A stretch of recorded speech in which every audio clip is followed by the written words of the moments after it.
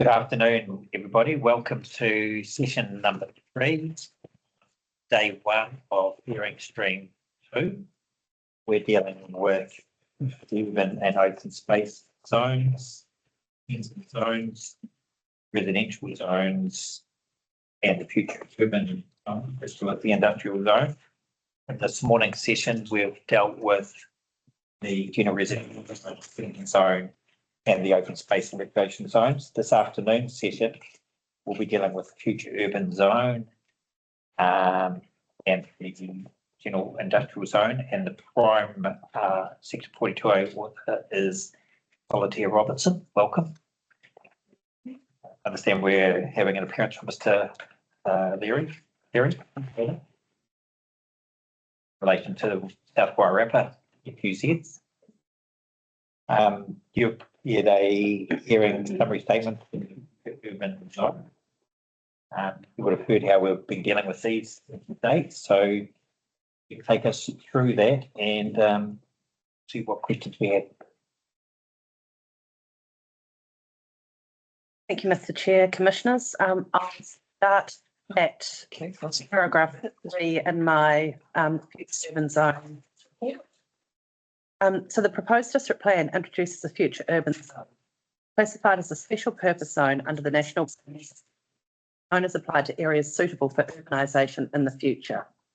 These areas have been identified through urban growth planning work undertaken by the 3 Wairarapa councils.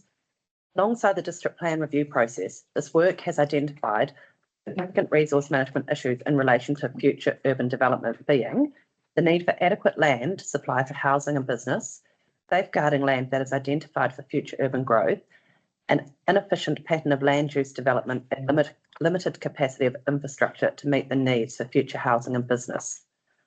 The purpose of the future urban zone is a holding zone where land can continue to be used for a range of rural activities in the interim. The future urban zone seeks to constrain land from being subdivided, used or developed for urban purposes until a structure plan has been prepared for the area. Once a structure plan has been prepared, this enables the area to be rezoned for urban uses in accordance with the structure plan. In the meantime, the future urban zone continues to accommodate existing and compatible rural activities that do not compromise planned future urban use. The future urban zone applies to the following areas. And you will find at the back of the report we have included the maps of future urban areas. So in Masterton, it is Namutawa Road, West Bush Road and Chamberlain Road. Masterton, it is the extent of the Eastern Growth Area. And in South Wairarapa District Council of Greytown, it is Jellicoe to Papawai Mid-Residential, Martinborough Ferry Road Mid-Residential and Martinborough Outer Residential Lifestyle. Total of 65 original submissions were received on the future urban zone topic. Most submissions received were in support or partial support of urban zones. Several submitters sought amendments to specific provisions. This summary statement will respond to the respective evidence of Ms Hepperwaith and Ms Grinlock Hancock for Kiwi Rail, Ms Zollner for Greater Wellington Regional Council, Mr Talbot for Transport Agency, Mr McGimsky for Fire and Emergency New Zealand, and Ms Levinson for Horticulture New Zealand. I acknowledge the support for the amendments recommended in the Section 2 report, Section 42A report from Mr Talbot on behalf of NZTA relating to policy sub P7 and rule sub R2. I acknowledge Ms Levinson's support on behalf of Horticulture New Zealand for the officer's justification for positioning on setback matters outlined in the Section 42A report. I acknowledge Ms Zollner's observation that the Section 42A report did not address GWRC permission to amend the proposed new residential zoning of land near South Road. This was an oversight. As this matter relates to the general residentially zoned land, Ms Wheatley has addressed this in her summary statement that you heard earlier today. Yes. There are questions coming? No, I was going to ask you to pause there, if you wouldn't mind, before you get on to specific rezoning requests, etc. I wondered if you could just provide some context about the future urban zone. I've got a few questions as a start of 10 if that persists. First one is there any equivalent type zoning at all in the operative plan? There were some areas identified in Greytown that were going to be future urban zones. In the Carterton district, I am not aware that in the operative plan we had any areas identified for future growth. And Masterton, Yes. there was some areas to the north that were identified as future urban that have rolled over or gone to residential. Residential now. Okay, so let me just record that. So in Carterton, none. None. In South Wairarapa, there were potentially some. Yes, I recall the Greytown, and I've got the map up in front of me right now. There was a large area in Greytown on the western side that had been identified for future growth in the operative plan. So what was that notation, Ms. Robinson? Was it a zone as such, or how did the operative plan? It was an overlay. And what? Okay, and what was the overlay's title? Legend up. It was future development areas. Future development areas. Okay.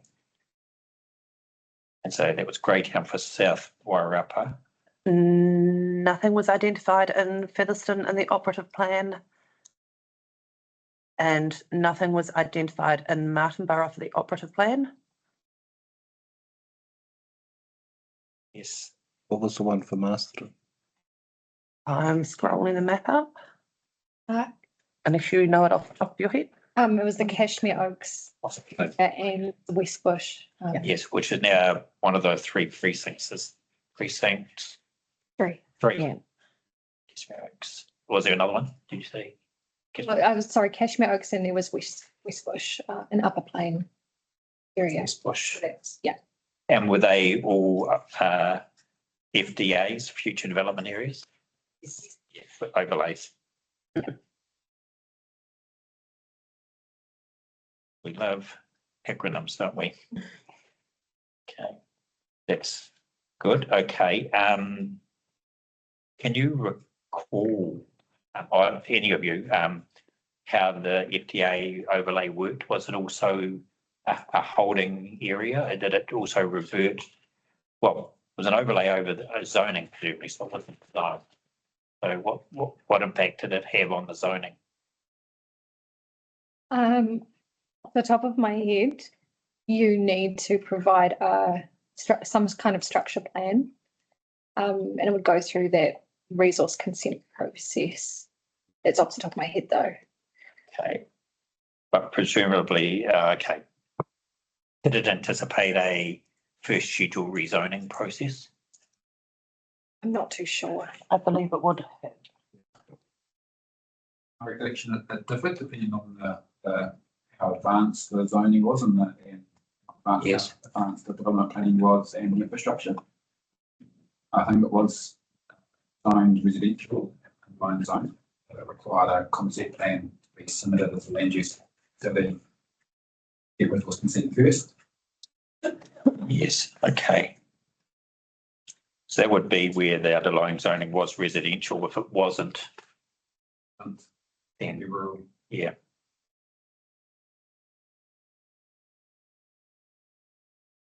Would be useful if we could capture this just in the right of reply, just as context. It may already be in the 32A, and if that's the case, just cross-reference to that to save some work.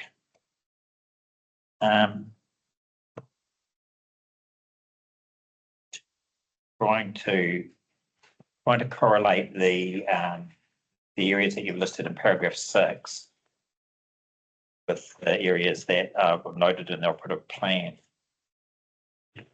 And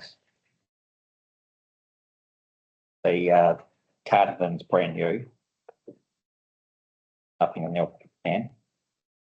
Carterton, brand new. The Greytown area out Papawai was not included in the operative district plan. That is a new future urban zone.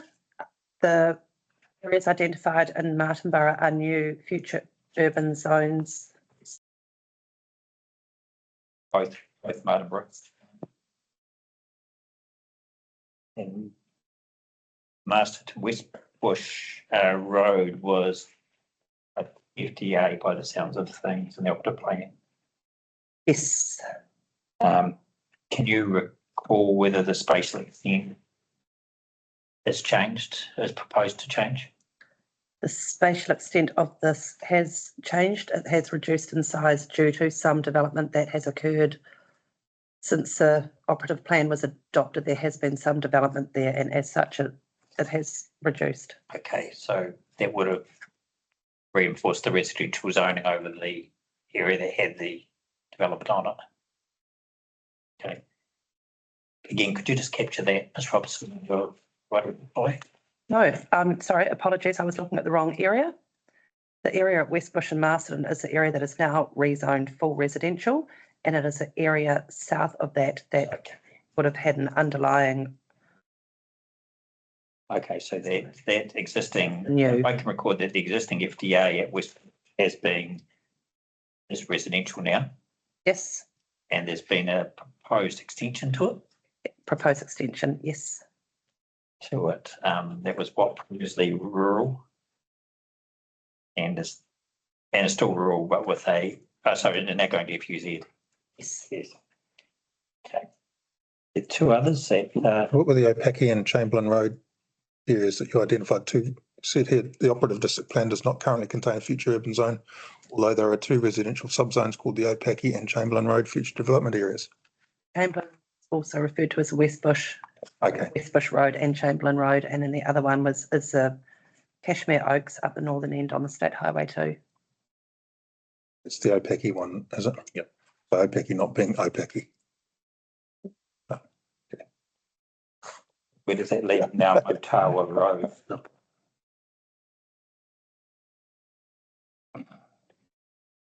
Namatara Road. It's rezoned residential as per further down with the towards the West Bush. Okay. Thank you for that. That's useful. The mechanics of the future urban zone, it's a holding zone and it basically provides for a range of rural activities in the interim. But how does it do that through just a cross reference to the rural zoning? Or does it cherry pick certain rural activities? It cherry picks through the objectives, the policies and the rules.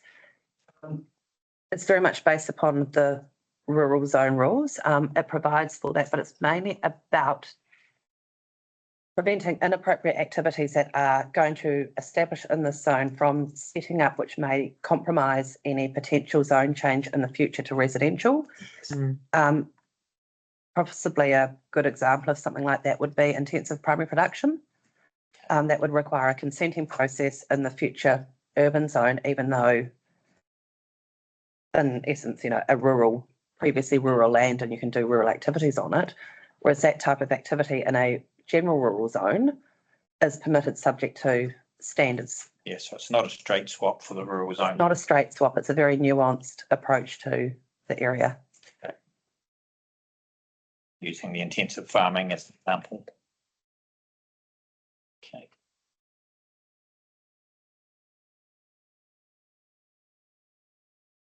Presumably there's still some residual risk that the rural zoning will create some logistical and legacy type problems for that land developing for urban purposes in the future, but less so than an urban type use.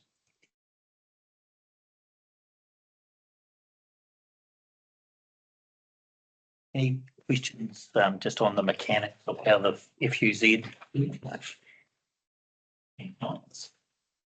Sorry, I interrupted you. It's stream there. Would you like me to pick up where I? In addition to the above, evidence was received on rezoning requests within the South Wairarapa district from Canoe Wines Partnership and Peter Clark, Wayne Carmichael and Dorian Mackenzie. Multiple expert evidence statements were received on behalf of Canoe Wines Limited Partnership. Section 42A officers, in conjunction with Mr. Gorman and Mr. Eagle from South Wairarapa District Council, met with Ms. Donaldson, representing Canoe Wines Partnership on the 6th of August 2024 for a pre-hearing meeting as encouraged by the hearing panel in paragraph 54 of minute 2. My section 42A report conclusions on these rezoning requests were based on the recommendations provided from South Wairarapa District Council officers. As such, these matters will now be addressed by Mr O'Leary in his separate summary statement. Yes, and will Mr O'Leary be able to update us on the outcome of that meeting on the 6th of August? Yes. Thank you. I will just move on to key issue 1, which was new reverse sensitivity objective. Levinson from Horticulture New Zealand continues to seek a new objective be adopted to avoid reverse sensitivity effects on lawfully established rural activities where urban development adjoins rural sites. And you'll note in paragraph 17, I have included the proposed wording as provided by Levinson. And considering this request, with Ms Wheatley's assessment in the section 42A report for the general residential topic, that the strategic direction chapter recognises and protects primary production activities and productive capacity under strategic objective RE02 and RE03, as well as directs that the character and amenity of the rural environment be maintained and enhanced. As previously stated, the future urban zone is a holding zone, will continue to support existing rural uses and maintains the character and amenity values of the general rural zone. Objectives FUZ02 and FUZ03 and policies FUZ P2 and P3 also direct the avoidance, or mitigation of potential reverse sensitivity effects. With this framework in place to manage reverse sensitivity, I consider that adding an objective to the future urban zone chapter will be an unnecessary duplication within the future urban zone chapter itself and other chapters of the, including the strategic direction chapter. I therefore do not recommend adopting this objective. You just pause there. Understand what you're saying. Have you given any thought to whether within the scope that would be provided by court's submission, whether there's any need for any changes to FUZ02, 03 or policies P2 or P3 to address that reverse sensitivity issue, or are they as written? Are they fit for purpose? I'm of the opinion they're fit for purpose. In light of your question, I am more than happy to go back and reassess that and cover that in my summary. That would be appreciated. Just to with the braces approach. Pretty sure we would have scope to do that if there was a need to, as long as we weren't changing the direction of those objectives and policies in the FUZ bundle.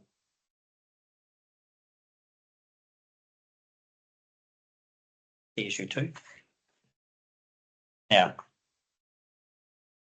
we've probably done this one to death, I think. Shall I just touch on, through you, Mr. Chair, just the thinking behind the industrial zone and the recommending that accepting the Kiwi Rail 5 metre setback? That would be useful. For the industrial zone, you can have buildings up to 15 metres in height, and similar to your commercial or your mixed use zones, there is no setback requirement. And the only height to boundary setback is in relation to an adjoining zone. It would be a boundary, either against a rural zone or a residential zone. That It's not intra-site. It's not. And when you consider the extent of some of the industrial zones, and they are by the railway line, having that 5 metre setback, actually in this instance, in my opinion, does seem appropriate. And we recognise that there are some, just think about what I'm saying there for 2 seconds. There are existing buildings that are built right up to the railway line. So they will have that element of existing use rights, but what it will do is your expansion of that area or new buildings will start to future-proof that rail corridor. I also just want to recognise that we're talking buildings and structures here. We're not talking storage areas. So well-designed sites, there can still be storage in these industrial zones that would be up to the railway. We're talking buildings. And I think a 15-metre tall building, I can use Wairarapa for an example because I'm more familiar with that industrial zone, right up against the rail corridor. I think there's impacts for both Kiwi Rail and for the property owner for future maintenance going forward. I don't think it is an unreasonable request in the industrial zone to accept that recommendation from Kiwi Rail. Okay. So that's the industrial zone. We're dealing with the FUZ here, though. Oh. Why did I go off on that? Well, can we circle that round? Nick was nudging me. It was really good, actually. Yeah. Are you going to repeat that word for word? No, just take that one as already previously stated. Yes, I think, sorry, complete apologies. I'm jumping all around the place here with two reports. I interrupt. I just make, is there not maybe a need to look at some consistency through these rail corridors if we're going to be ruling on 4 or 5 metres? Yep, that's a matter for us to deliberate on. So jumping back to actually now addressing it in the future urban zone as opposed to the industrial zone. We have, the Kiwi Rail have suggested that the standard be amended to the 5 metre setback for the rail designation. We have noted in this report that there is no future urban zone identified in the plan that does have that setback from the rail corridor. And we do know that the future urban zone, as we've previously stated, is that holding zone for the future residential urban development. We consider that the existing setbacks and your height to boundary that would be covered in that will sufficiently manage any potential issues raised. Yes. And that we don't believe in that future urban zone that there be any additional setbacks required. So similar situation to So, residential. Absolutely. And if the zone is upzoned to whatever, the equivalent provisions will provide. Absolutely. So if it was mixed use or whatever we decide on that, if it's residential, whatever we decide on that settlement town centre. Correct. Question that's probably more for Mr. O'Leary, but the Woodside future development area that's been identified in the Greytown spatial planning, that's not sort of mentioned here. So is there a reason why that's not when it's in the spatial plan? I think that you are correct that that is a Mr. O'Leary question. Maybe we can make a note of that for when. Meetings up. Anyone put out an all-person's bulletin for Mr. O'Leary? Okay. Okay.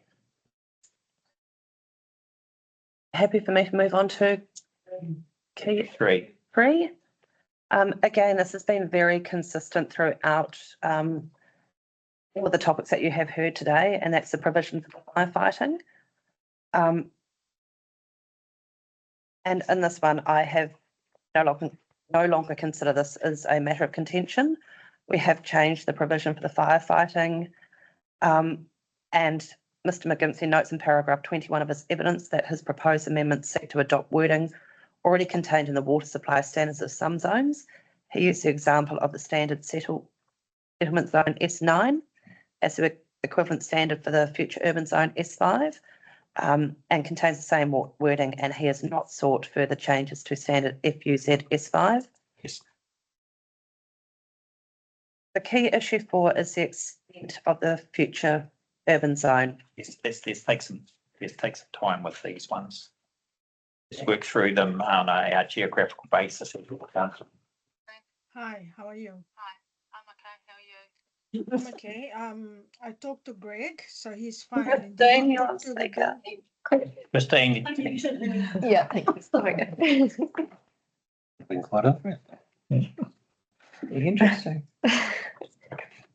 paragraph 26. Mr. Chair. Greater Wellington Regional Council's original submission sought that many extents of the future urban zones be reduced or removed on the basis that they are located on highly productive land and are inconsistent with Policy 55 of the Operative Regional Policy Statement. Policy 55 seeks that greenfield development demonstrates that it is the best option to achieve Objective 22, being compact, well-designed and sustainable regional form, and is consistent with growth strategies. Ms. Zollner for GWRC maintains this position, and her evidence focuses on the benefits of intensification within the general residential zone and the town centre zone. Ms. Zollner raises concerns about potential flood hazards, particularly within the Carterton and West Martinborough future urban zones. Ms. Zollner acknowledges acknowledge flood hazard provisions of growth areas and their spatial planning should be integrated and consider numerous factors, including flood hazards such as that undertaken for the Featherston Master Plan. The future urban zone has been applied to areas identified in the Carterton Urban Growth Strategy 2017 and South Wairarapa spatial plans work beginning in 2020, of which these have been consulted on and adopted by respective councils. The zone areas within the Marsden district have been based on an assessment of areas suitable for future development. When the land is ready to be developed for urban purposes, it will be rezoned to enable that to occur. The strategies, plans and other work undertaken to identify areas suitable for future development have also identified that some further work is required before development, such as structure planning or master planning for infrastructure, transport networks, development capacity and natural hazards. In the meantime, I reiterate that this is a holding zone or a transitional zone where existing land use activities are enabled while subdivision and development is restricted until the land is comprehensively planned and rezoned for urban use in the future. I will now spatially address the different areas. Just before we do, and at a very general level, just a couple of questions, if I don't mind. If a area of land has been zoned FUZ in the proposed plan, what signal was that sending to the plan reader?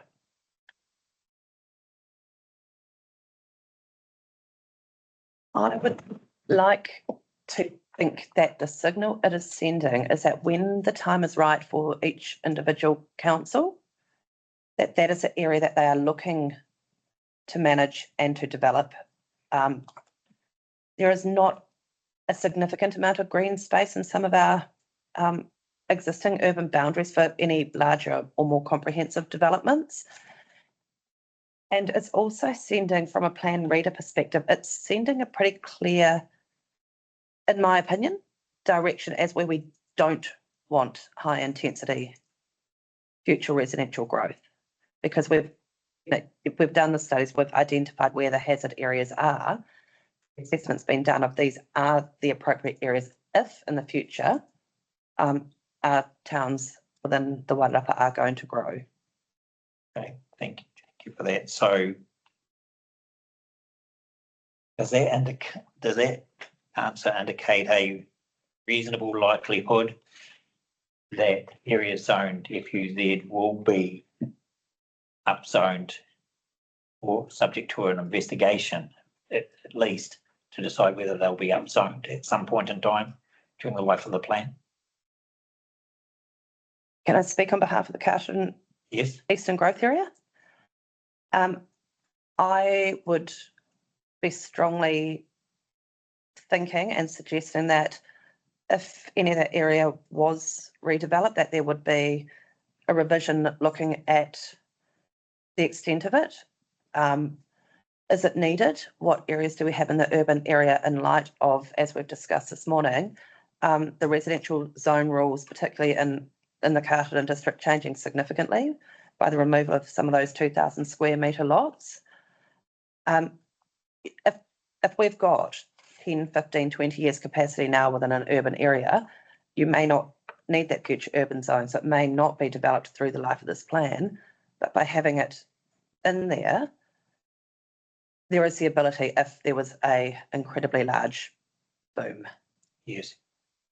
Let's assume for a moment, hypothetically, that demand and supply indicate that there's a need for the land. What is the role of the investigations that would occur to determine whether the council would take the next step of rezoning it through a first schedule process?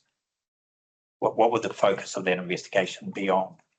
I would say you've got your focus will be your transportation networks, your linkages, potentially a staged approach, whether you would open up, how much of that land you would open up in stages.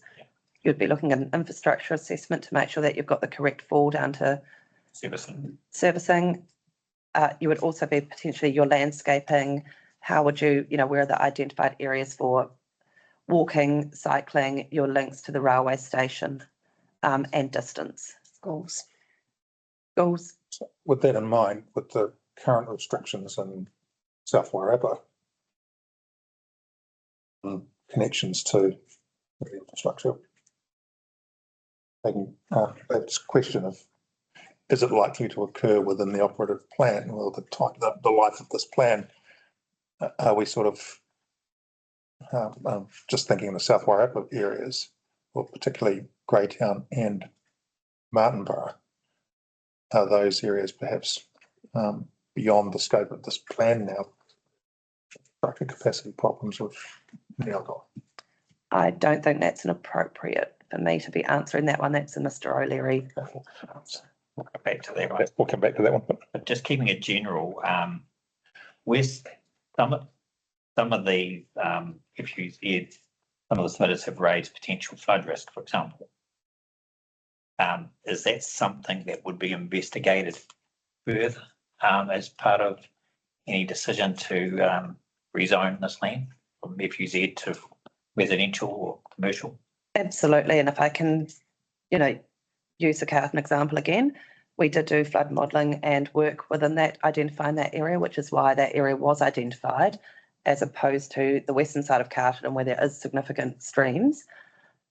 There is localised ponding, so you would do further in-depth assessment, but all the geotechs that we had done to go through that process to identify that area did indicate that it was most suitable for intensification if you were going to go anywhere. Does the Section 32 report canvass this sort of narrative and discussion?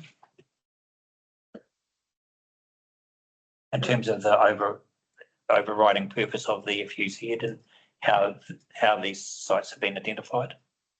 Ms. Adams is to look that up while we speak. Yeah, I presume it would have referenced the spatial planning exercises. Absolutely, yes, it definitely did reference them, and then the Eastern Growth Area Plan references natural hazards and constraints within that report. Yes.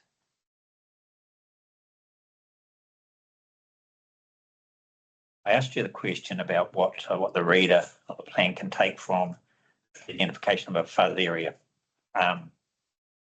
And you answered that in terms of, twofold. And in terms of the likelihood, you said it would depend on the demand and supply analysis at the time. But if that's a given,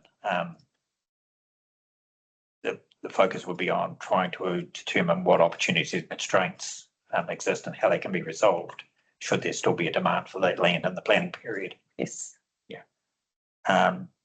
Is there anything else that the investigation would look at other than need and constraints? I think it would definitely be looking at having well-designed urban form. That where the structure plan would fit in. Where the structure plan would come in, where you can provide alternative means of transport, your walking, your cycling links within these areas.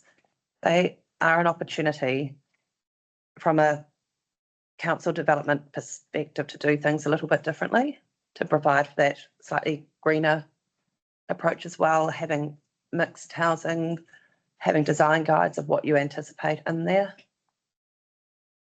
Do you happen to know whether there's a multiple ownership in these FUZs or whether they have predominantly single ownership? The Carterton Eastern Growth Area, predominantly the large blocks of it are single owners. It does touch on a few smaller properties, but that was part of the reason when going through initial assessment stages. I am aware that the Canoe Wines partnership that Mr. O'Leary will be discussing at a later stage is a single owner. There is no multiple owners within that development, and I believe the area down Papawai there is a few properties, all single owners, like not multiple owners, but there is a few properties, individual properties involved in that. Apart from Greater Wellington's permission, which seeks that the FUZ be either removed in its entirety or reduced in size. Are there any submissions that oppose FUZ as notified in the plan? Off the top of my head, I'm not aware of that, but I will certainly double check. Thank you. I believe not.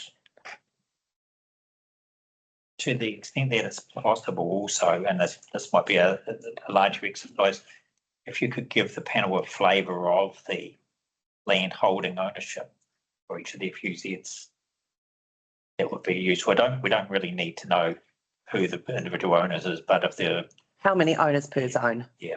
How many properties and how many owners per zone? that would be useful.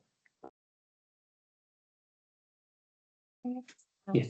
Sorry, and in relation to Carterton We're going to specifically. get on to Carterton in a Oh, sorry, I thought she was Yeah. talking, okay. to be, Yep. sorry, I was going to be giving, No, I was answering some broad questions using Carterton as an example, but I just wanted to establish the principles as to the purpose and role and process associated with the FUZ.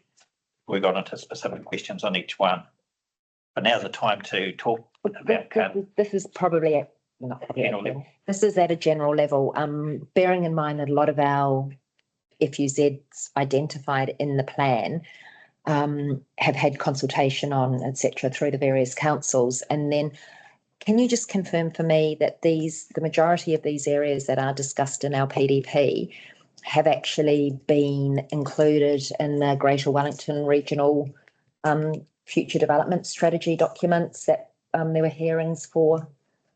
They have been. They have been. So these areas are identified in that. And Are incorporated into the future development strategies, regional development strategy.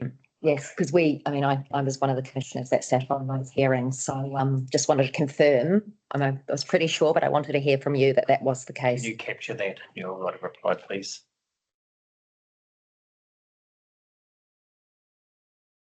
Thank you, Robin. That's good. Thank you. Okay, it's probably enough interruptions. Do you want to move on to the Carterton one? Picking up where I left off, I'm reading through bullets from paragraph 30 to 35. I'm not sure that there is much more need to discuss that because it's very much in relation to Greater Wellington's position on the extent of the future urban area and the potential flooding, which I believe we've had that discussion. We have just flagged that we're wondering whether Ms. Zollner is referring to Waikakariki Stream or Booths Creek, because in our Eastern Growth Plan, we've identified that stream as Booths Creek with the intention to use it as some greenfield recreation areas. And that Waikakariki, our opinion, isn't it? Waikakariki is on the western Yes. Carterton. That's what I thought too. Well, That Ms. was gonna be a Zollner's online, before she's listening. Just for the record, is there any flood overlay over the Carterton FUZ? No.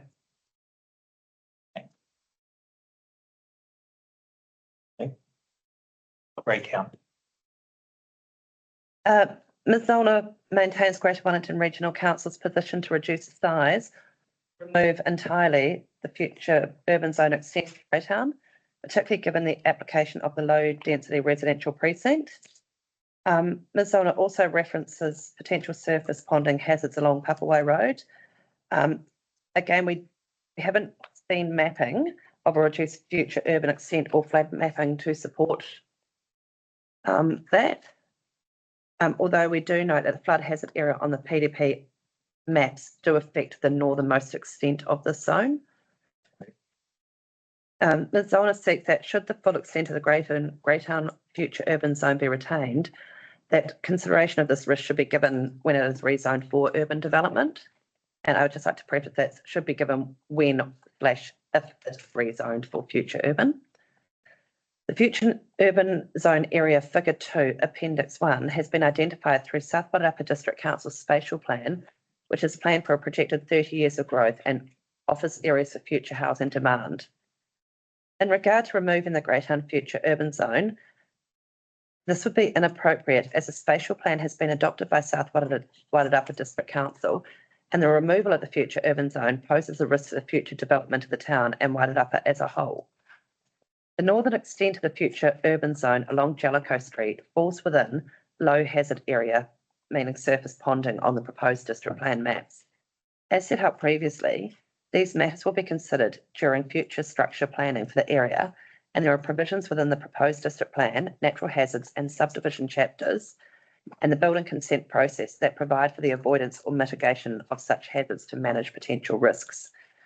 Accordingly, I do not recommend any change to the Greytown Future Urban Zone. Ms Robertson, have you shown the intersection spatially on a map of the Greytown FUZ and the low hazard surface ponding area? We didn't include that on that, but I can certainly include that in a reply statement. I take it you're saying that you don't see any need to alter the boundaries of the FUZ to delete that area that's intersected. I would be guided by South Wairarapa District Council if they would like to do that. I'm not recommending changes at this point, but there were parts of the other future urban zone areas that were going to be picked up by Mr. O'Leary as well. If the hazard was greater than low, might you have a different? If the hazard was greater than low, my recommendation would be to amend it. And is the low hazard something that can be part of the investigation in terms of opportunities and constraints? Absolutely. Yes. And might it be that, depending on the outcome, that could remain or it could be deleted? Correct. Based on further investigation. Correct. Okay. Yeah, Ms. Thomas, can you confirm that the flood maps that are being used for the Greytown region are the newer community-led flood maps that we've had hearings at Greater Wellington Regional Council on, or are they the original ones? Opposed? Because they are significantly different in terms of flooding outcomes. We'll make a note of that, and that will be a Mr. O'Leary as to the extent of that. Thank you. Martha.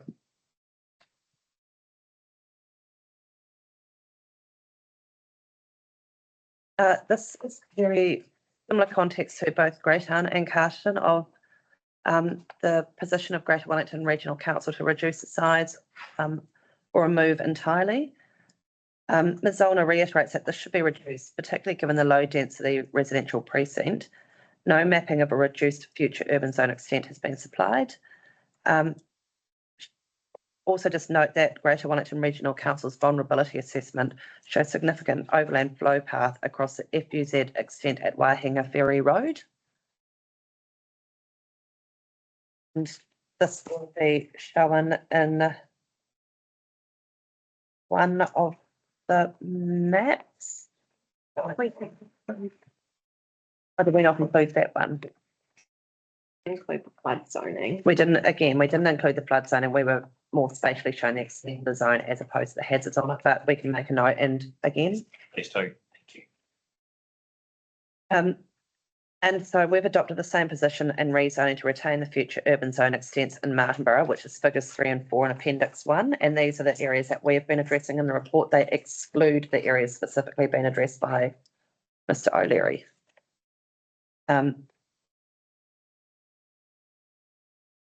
And we've noted that as the PDP manages flood hazard risk via the natural hazards chapter and associated mapping overlays, reducing or removing the area is inconsistent with the proposed district plan and the South Wairarapa spatial plan and would compromise the future growth in Martinborough.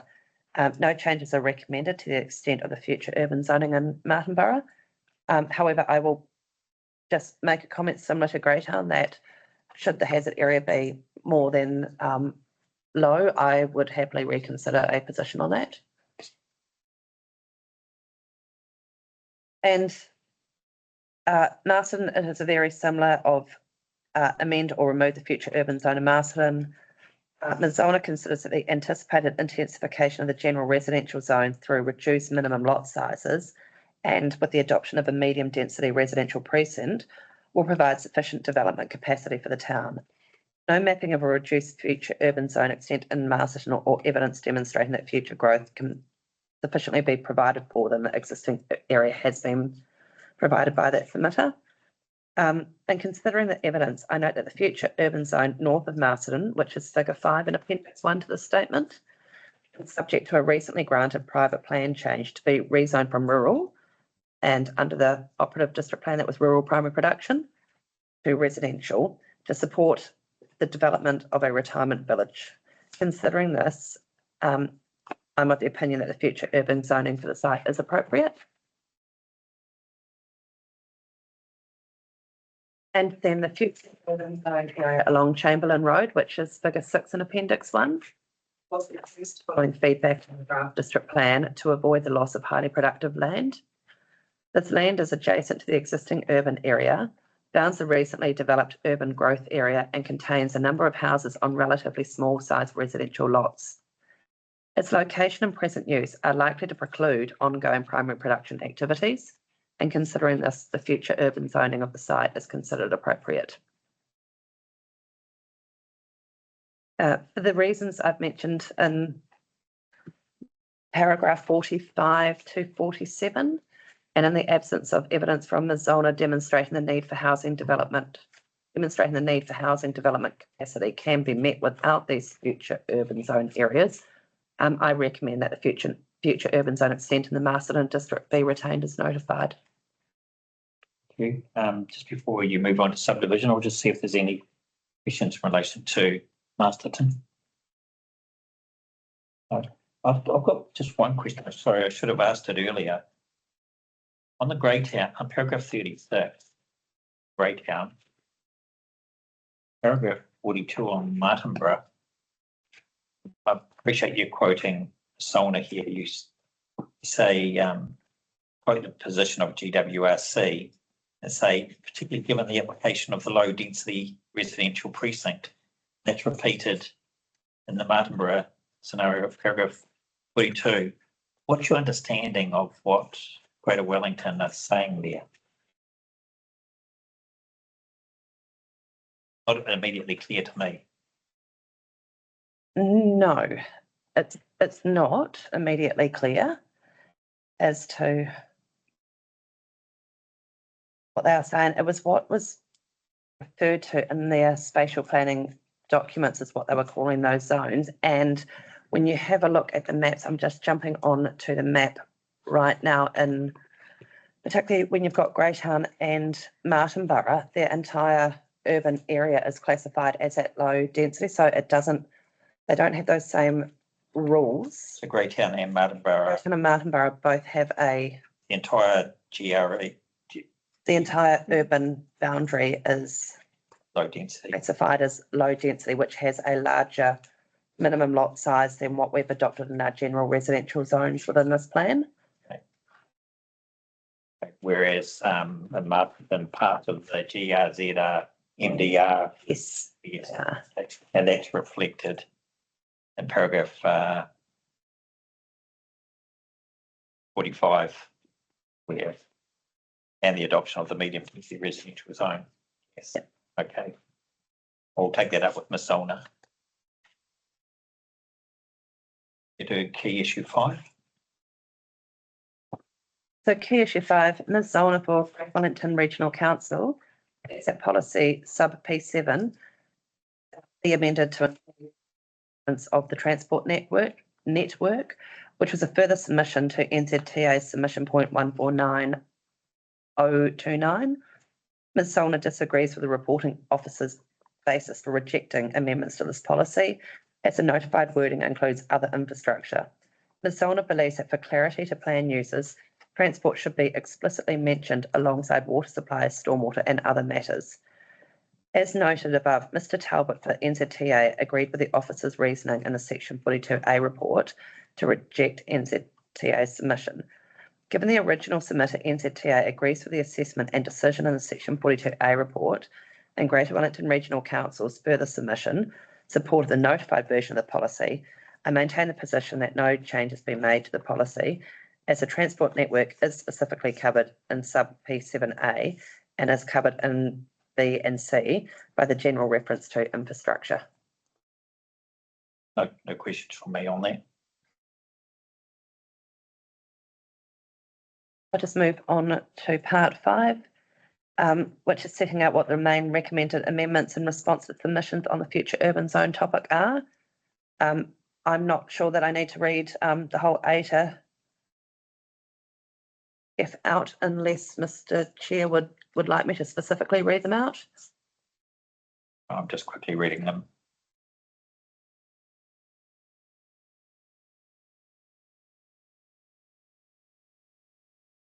And I will note that there are no recommended amendments in response to the pre-circulated evidence. So we're left with, I'm not sure D needs to be in there. I'd just like to strike through D. That is not part of the future urban zone. And I would just like to note that we're down to 3 issues in contention, and it's relating to whether we reduce the size of the future urban zone in Carterton, whether we reduce or remove the future urban zone in Greytown, Martinborough and Masterton, and then transport access provisions. Thank you, Ms. Robertson. Any questions? We have in front of you.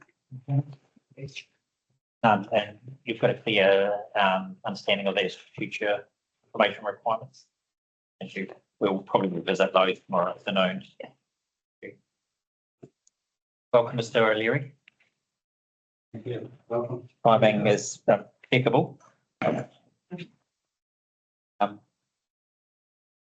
you ready to proceed?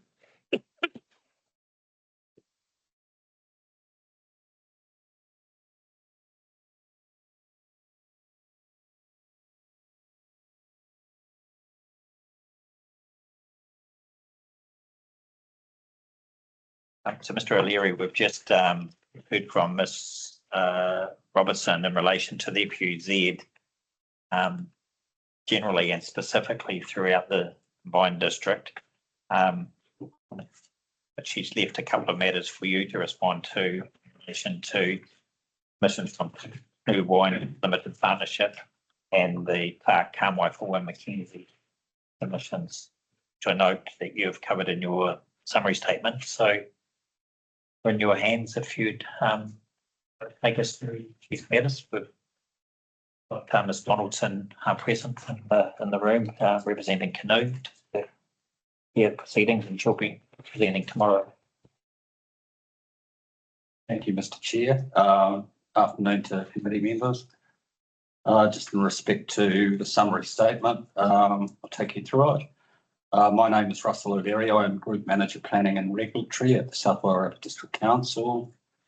I have been involved in the plan review, proposed district plan process since commencement of this work in 2020.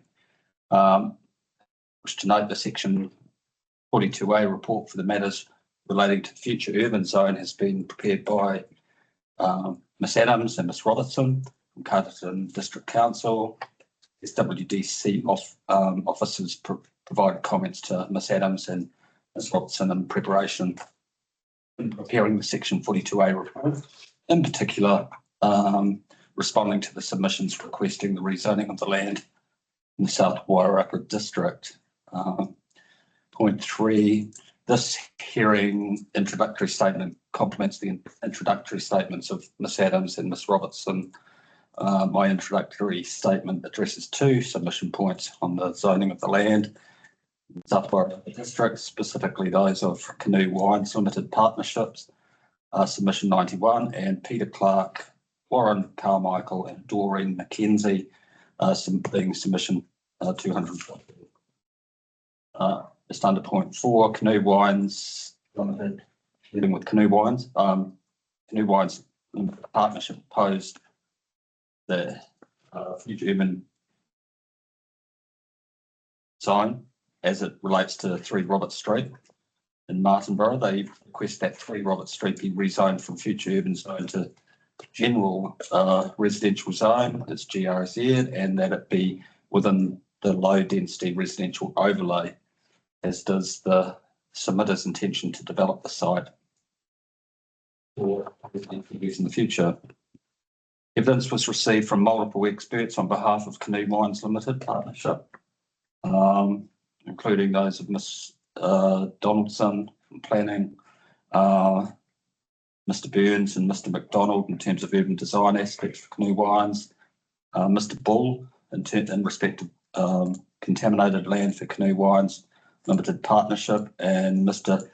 Janatha regarding Three Waters, and Mr. Whitaker in respect of transport for Canoe Wines Limited Partnership.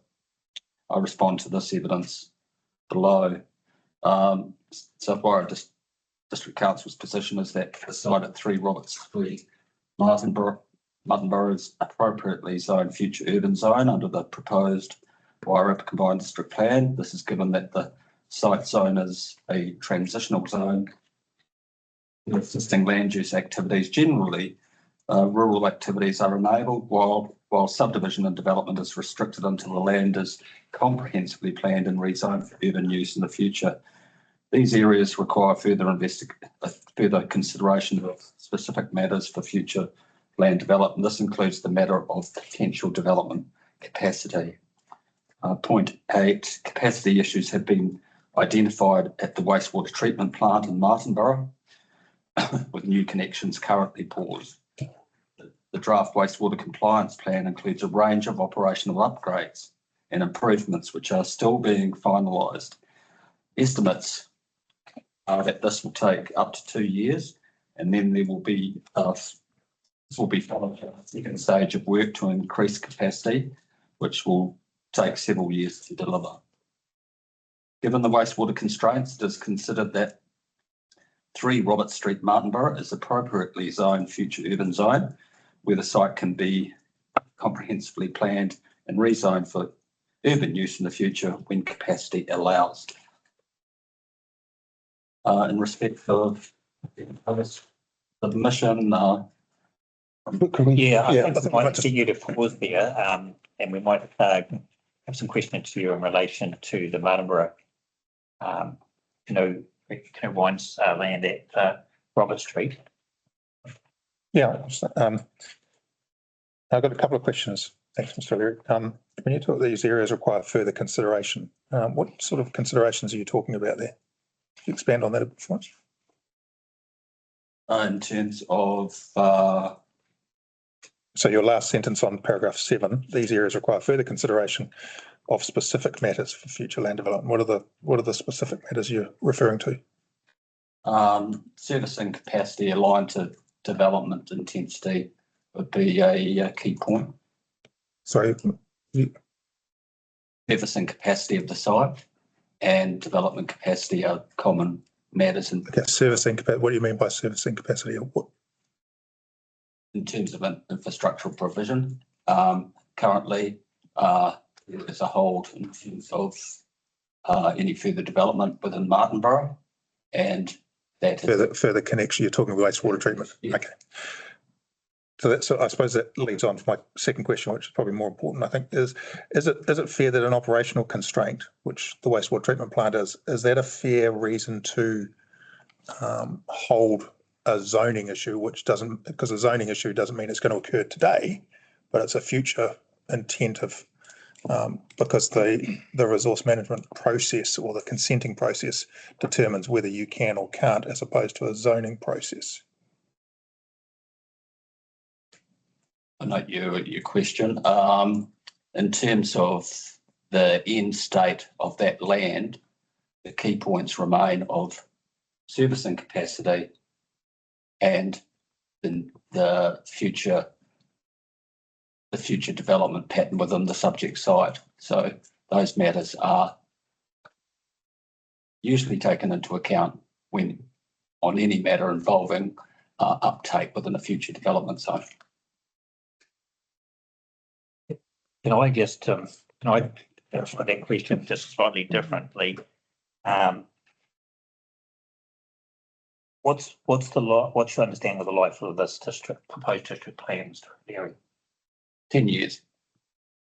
Possibly more, given that it would be reviewed in another 10 years and would have a residual life after that until the next 10 to 15 years. Would that be? Yeah, I think that's a Reasonable. accurate capture. Yeah. Yes. South Wairarapa District Council investigating the wastewater constraints in Martinborough at the moment. Is it possible that within the next 10, 15 years, there could be a solution to that which would allow wastewater connections to be resumed? Yes, that could be possible.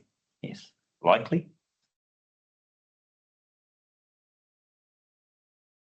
Yes.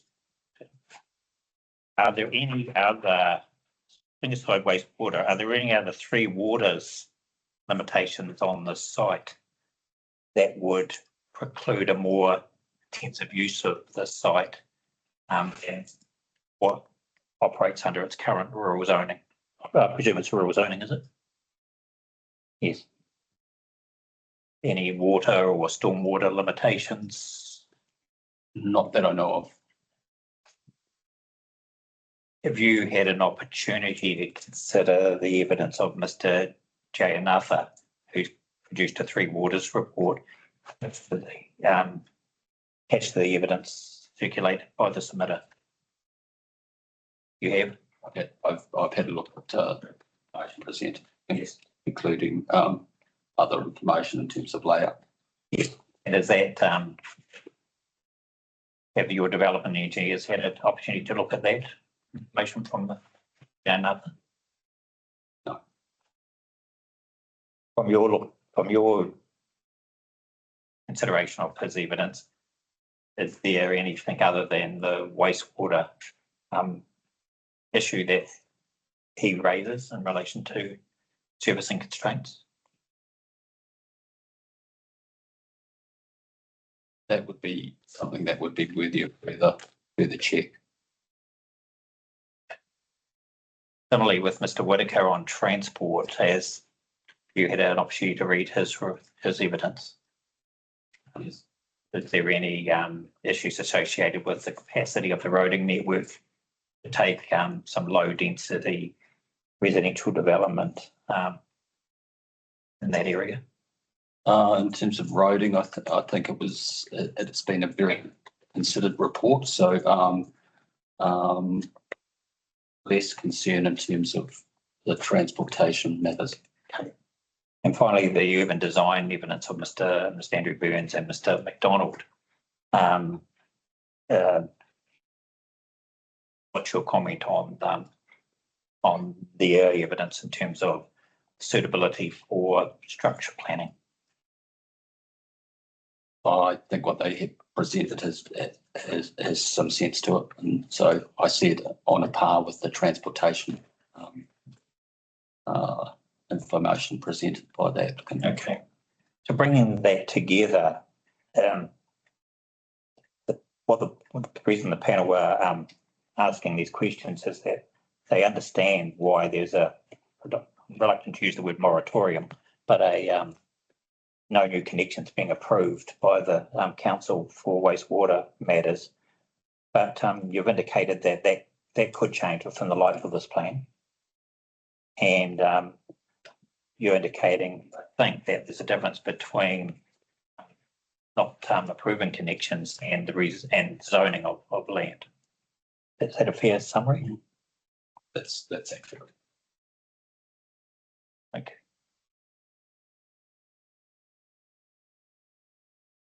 Based on that, what's holding you back then in terms of recommending a upzoning of the land to low density residential at this point in time?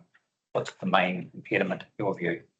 Just surety in terms of functionality of a wastewater system, getting that clarity from our Wellington Water, being satisfied around that basis, and also balance with that a future development zone is often used as a holding zone in terms of planning practice for land.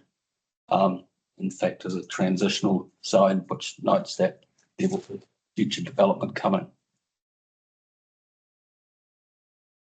This, it's, yeah, can I just finish that? Yeah, this, as far as I'm aware, this is only one of two submitters that are seeking a live zoning of the FUZ, or at least only two submitters that are presented evidence to that extent. I may be wrong on that, but it's assume I am, right? What do you say to those submitters in terms of process for other than the process they're going through now in terms of seeking that zoning? Normal process is a plan change if it's not if the change isn't captured within a review, just plan review process. Yes, but the process of lodging a submission seeking a zoning is also valid, isn't it? It has some validity, yes. What would be the essential difference between this process, which includes urban design, I forgot to mention contaminated land assessment, pre-waters assessment, transportation? What's the difference between that and a first scheduled plan change process in terms of, is there any difference in robustness or outcome? Not in terms of outcome, but it's recognition of the current state of play, the current fit for purpose nature of the subject land within a wider topic of servicing capacity. Yes.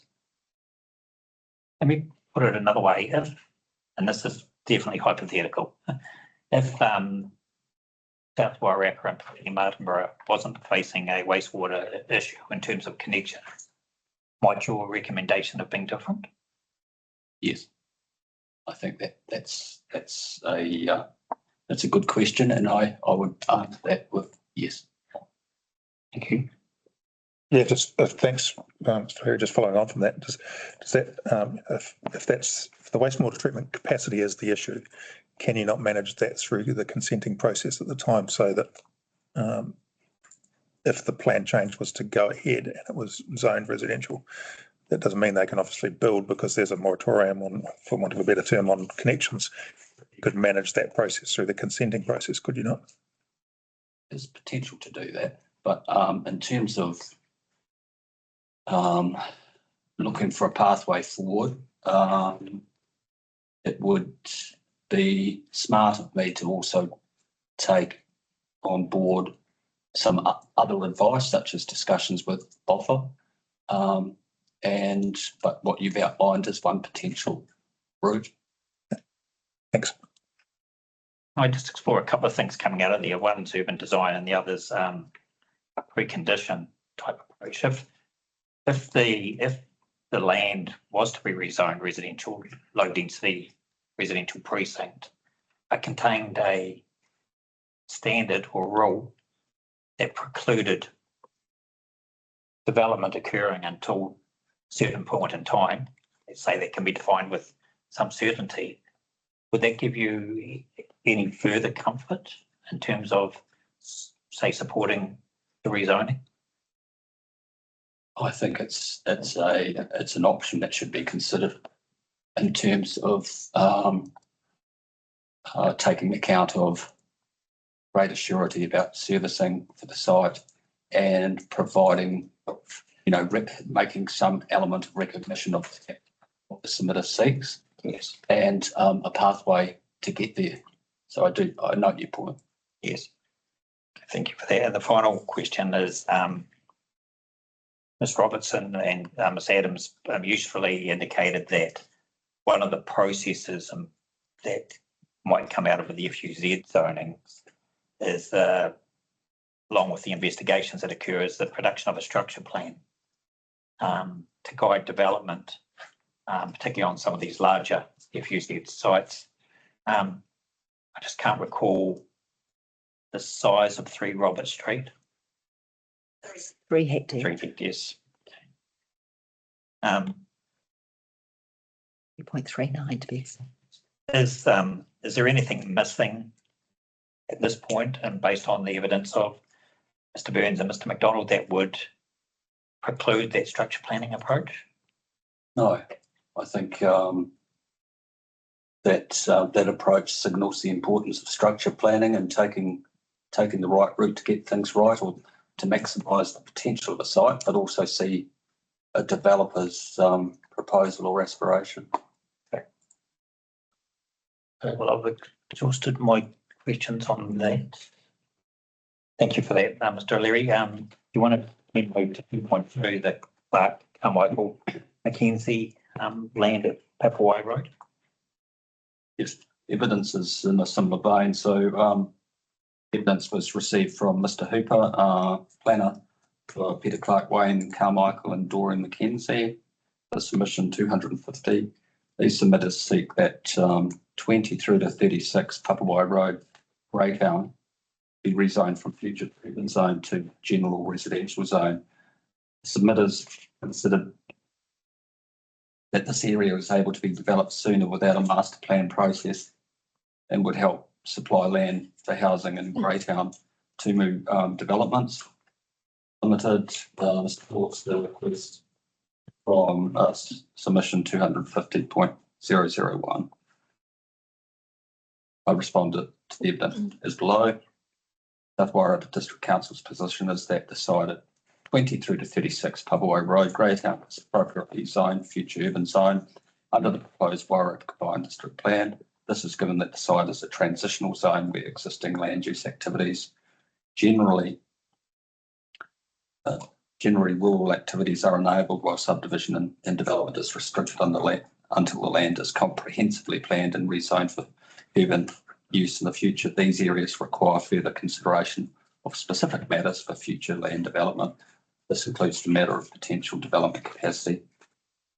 Capacity issues have been identified at the wastewater treatment plant in Greytown, with new connections currently paused. There are several initiatives underway working towards addressing capacity at Greytown wastewater treatment plant. These include desludging, a capacity study, and irrigation trials. Funding for plant upgrades to address capacity constraints is not yet confirmed, as the capacity growth study is needed to inform the requirements. It is anticipated that significant additional funding in Council's 2025 through to 34 LTP will be required. Given the wastewater constraints, it is considered that 20 to 36 Papawai is appropriate future urban zone where the site can be comprehensively planned and rezoned for urban use in the future when capacity allows. And in terms of point 10 and point 16, the recommended amendments, our position is none recommended. Thank you. Just check any questions. So, Sorry, I have. yeah. Thank you, Mr. O'Leary. Just a question in relation to your comments in your paragraph 12 of your summary statement referring to funding for plant upgrades and funding in the council's 2025-34 long-term plan. Bearing in mind that we are going through the process now of local water done well, I would put it to you that this will be outside potentially of council's long-term plan process. So therefore, do you consider that a pertinent point with the local water done well, which is about to be legislated within the next 12 months, so well within the life, actually it'll be in this current operative plan as opposed to our PDP. Thank you for that. And it comes down to having some surety of and where the clarification positions are coming from, whether it's under the current state of advisors to council at the moment, or and how long that will take, and also solution binding and provisioning through local water's done well. So again, it's a matter of timing, which I can't really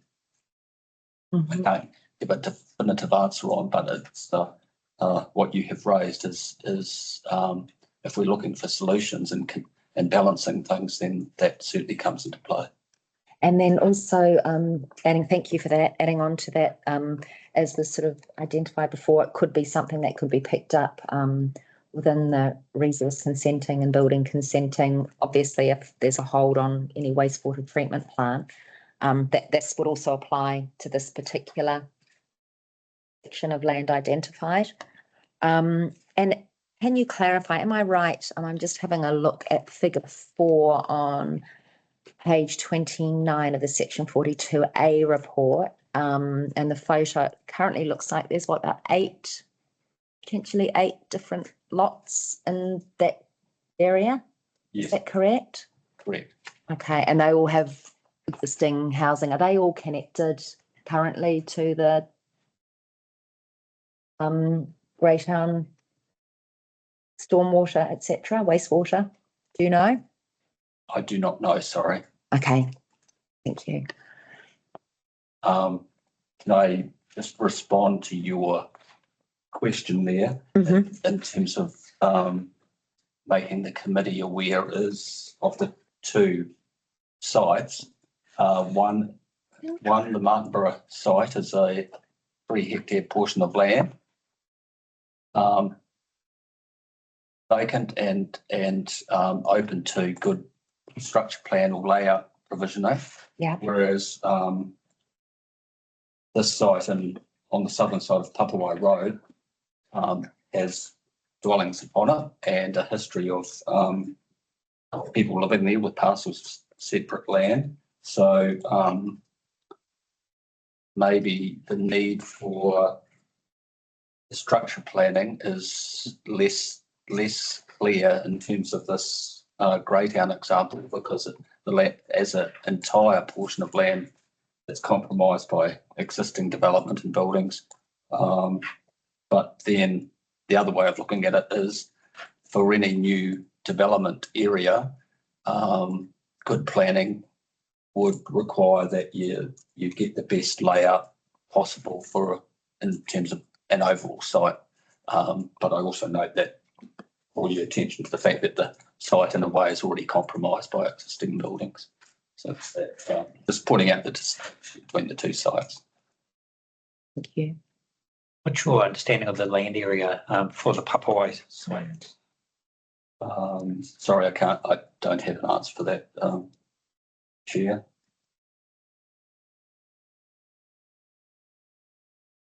You've recognised the evidential basis at Canoe for dealing with ranks in urban planning. Does the same evidential basis exist for the Papawai site in terms of the material that's been submitted by Mr. Hooper and Mr. Clark?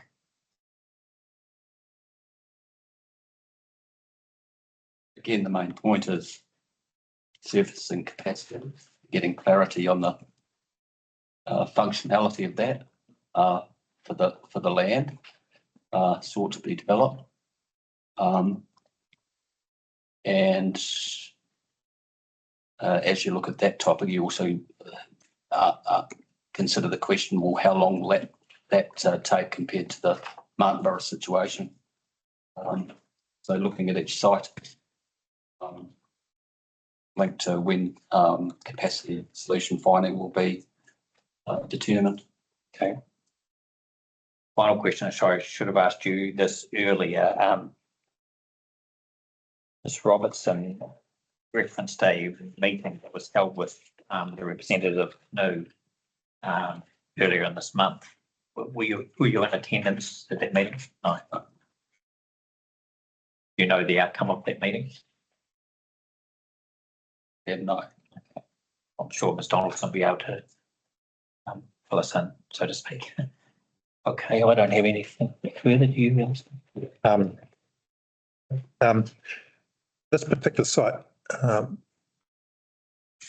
aware that these three people put in an applicant or wanted to do their subdivision earlier, and they were told to submit to this process.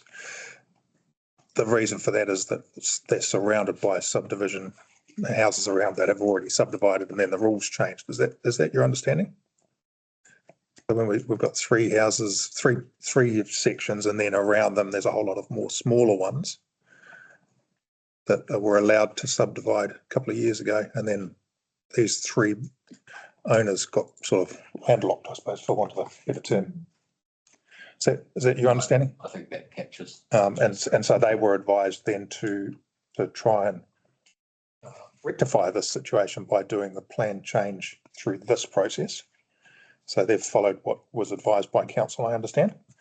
So the question is, for me, if the same sort of the restriction or the position that you've taken, very similar to the Martinborough issue, in terms of that, can this process again be managed through a consenting process should the plan change allow them to go to residential? I think we would look at that opportunity in terms of taking that matter up. Is it appropriate then to, when you come back to us, to actually have a look at the two sites and say, you know, how could you possibly manage this for the panel decide to say, yes, we're going to allow the plan change, zoning change? Just on that, Mr. O'Leary, we're hearing from representatives of Canoe and Michael Mackenzie tomorrow. Okay. It'd be good if you were in attendance and could hear the dialogue that occurs, and then we'll ask you to reflect on your recommendations in your right of reply. Thank you for that. I have one more general one, Sure. which is outside of these two. Thanks, Mr. O'Leary. And I just wondered, in this spatial plan for Greytown, we've got the Woodside area as a future. Why have we not included that as a future urban zone? Is there a particular reason why we didn't sort of signal that? Is that going to be outside of the 10 to 15 years life of this plan? Was that what you were anticipating? Exactly. Okay. I believe that is the basis of it, yes. Okay. Right. I suppose that given that we've put it into the spatial plan, now got a disconnect. We've got something in a spatial plan, but then something not here. So how would a smart developer go, oh, what are going to be my rules around this? We've identified it as a potential. We have said we don't anticipate this happening for 30 years, but a smart developer might go, I'm going to do this now. I'm well aware that landowners have already started talking about the potential of this in the area. So should we perhaps identify it in here to safeguard any development that might occur? Given people are talking about it already, we've identified the area. You're welcome to come back to us on that in your right of reply. Thank you. Just in terms of that topic, Councillor Plummer has captured the history in terms of our South Wairarapa's consideration around the spatial plan and timings. Woodside was envisaged as a lower priority in terms of further residential development, a time frame of around 15 years. So that would have been a contributing factor as to for non-inclusion of the subject area under FUZ zone. May well be a moot point. I mean, are there any submitters that have asked for inclusion of that land? I'm just aware that there is amongst the landowners out there about it as soon as it got the spatial plan. I would respond to Councillor Plummer's point that we have in fact had approaches made. I've been had inquiries directly to me for at least one development, bringing on that area at a quicker pace. There were discussions and attempts at land purchase, but at the end of the day, it didn't come to anything. However, that's been replaced by new investigation and potential land purchase and interest in land immediately adjoining Woodside Station. So it is an area of interest that is live. only affects us, Mr. O'Leary, if there's a submission. Yep. So I don't want to go down a rabbit hole if we don't have any jurisdiction over the matter. So maybe we could have that reported back to us on Woodside. Okay, no further questions. Thank you, Mr. O'Leary. We'll see you tomorrow. For the benefit of those online, particularly Mr. Barnard Thompson, can you hear me? Yeah.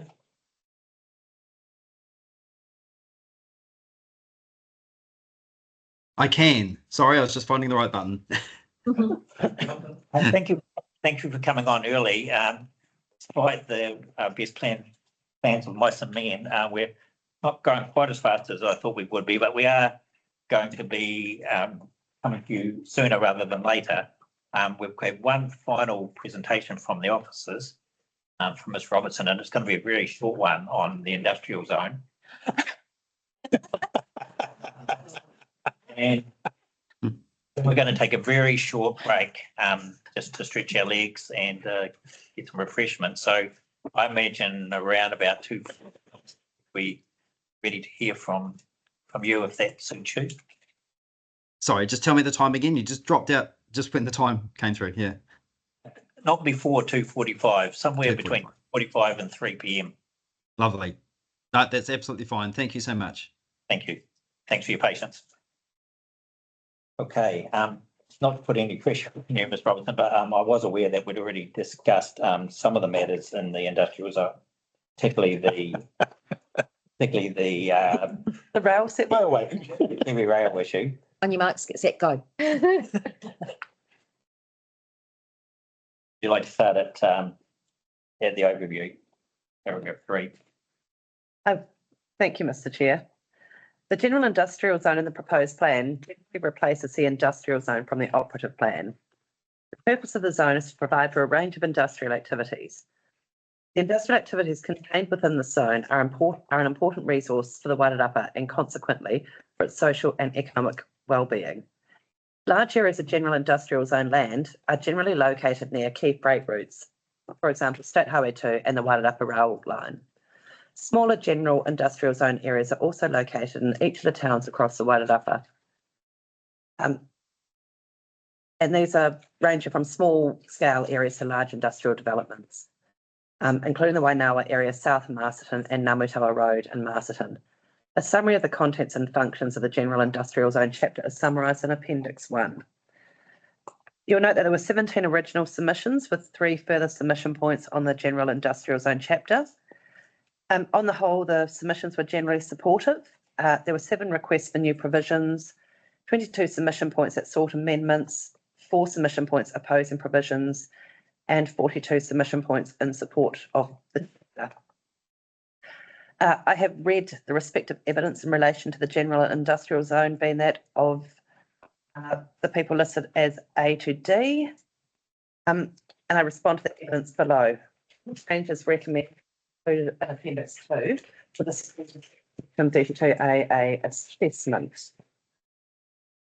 I'll just focus on that. We do have a key issue 1 in terms of the general industrial zone policies.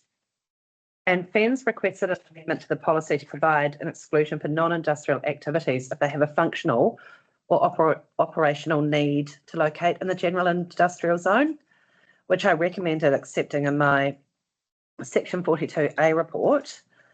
Transpower New Zealand sought that the policy be amended to support the operation, maintenance, upgrading or development of the national grid. Submitter noted that the Mangamari to Masterton transmission line traverses the general industrial zone. And that Transpower contended that policy GIZ-P3 as written would suggest that the existing use is inappropriate in the general industrial zone.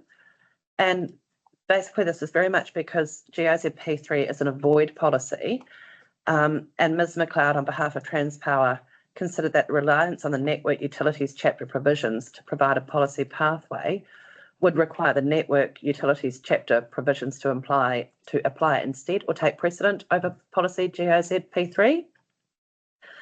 I have reviewed both chapters, and the introductory text in the network utilities chapter is clear that the rules in the zone chapters do not apply to network utilities. And I have in italics taken the wording from the network utilities chapter, where it notes that the provisions within this chapter apply on a district-wide basis. The rules in the zone chapters do not apply to network utilities unless specifically stated within a rule or a standard in this chapter. The objectives, policies and rules in a district-wide overlay chapters do not apply to network utilities. So in light of that, I reconsidered my position in terms of rejecting that submission point, and noting that we did take on the NZTA point of the functional and operational need, which Ms McLeod had suggested could be an appropriate mechanism to address that. I actually supported Transpower that one step further with recommending an amendment to that GOZ P3 policy to actually provide for the operation, maintenance, grading or development of the national grid. Is there any need for a consequential rule change, or is the rule framework okay? The rule framework will be acceptable. And I do want to note that I did a quick measurement. The national grid line that traverses the industrial properties, it's 187 metres and it goes across 10 properties on the other side of the Wairarapa River as it cuts across over the state highway. So we are not talking about a significant chunk of industrial land that it's going to be affected by. 687 metres, 10 properties. 10 properties, and the line length itself is 687 metres. Thank you. I'm happy to move on to GIZ P5 unless the panel has any further questions on that policy. That's interesting. We have reverse sensitivity, which is Ms. Rosa on behalf of Enviro Services, seeking that policy GIZ P5 be amended to replace the term restrict with a void in relation to establishing parameters for residential and sensitive activities in the zone.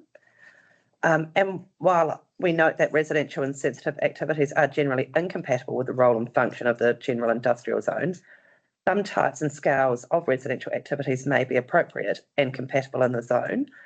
So based on the matters raised in my submission and the pre-circulated expert evidence, I do not wish to make any changes to the recommendations in my section 42A report in relation to that policy, which does come in quite nicely to the key issue 2, being the general industrial zone rules, where Ms. Rosser on behalf of Enviro NZ Services requested that rule GIZ R6 be amended to make residential units a discretionary activity.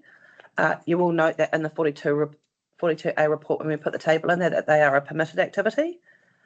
Ms. Rosser recognises in paragraph 6.10 of her evidence that co-location of activities within a small town is perhaps a factor within the policy. However, she still disagrees with the permitted activity status and wishes this to be discretionary. In light of that, I did go back and assess the rules and how it would work. And we've got 3 very specific criteria that need to be met for a residential activity to be permitted in an industrial zone. It should just one of these criteria not be met, then the activity status does move to discretionary, allowing the proposal to be assessed to ensure that reverse sensitivity effects and other matters are considered as appropriate. And I have listed the permitted activity criteria, but for the minute record and the recording, I think it would be worth just reading them out. So the first criteria being A is that the residential activity is ancillary to an industrial activity on the site.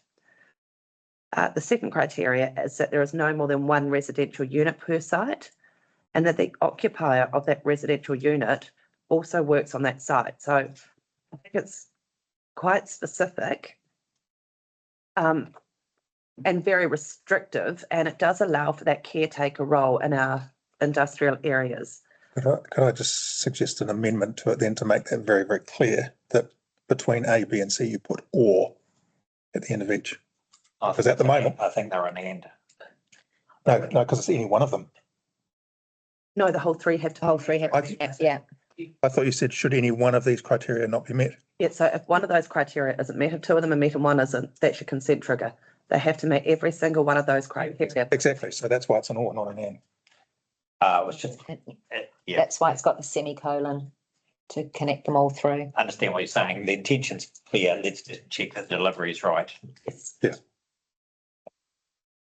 And so based on the matters raised in the submissions and the pre-circulated evidence, I don't want to make any recommended changes to my 42A report in relation to GIZ R6.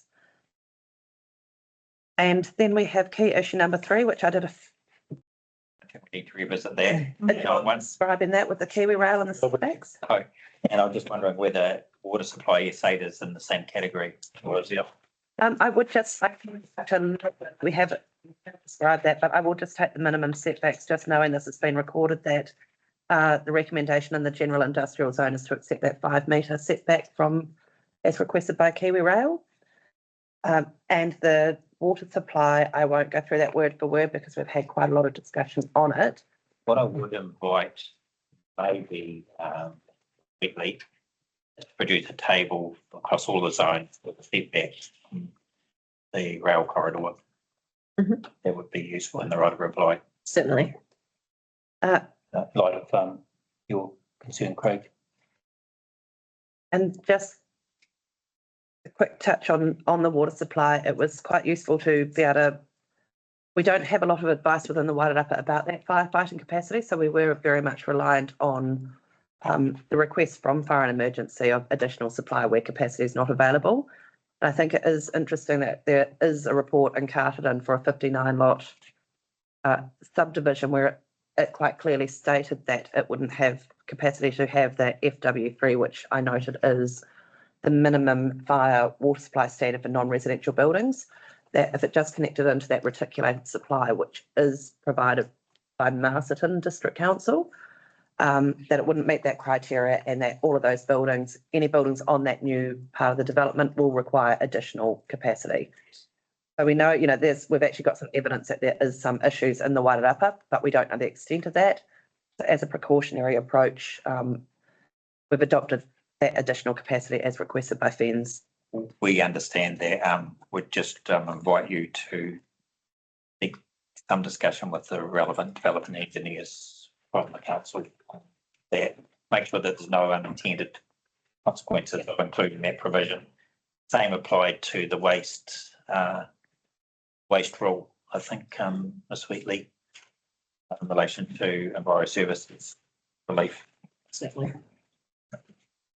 Hey, want to quickly take us through 5? 5 is main recommendations and amendments in response to the submissions on the general industrial zone. A lot of these came out of the 42 report, And which is adding the new national policy statement definition for community correction activity and a new associated rule in the general industrial zone.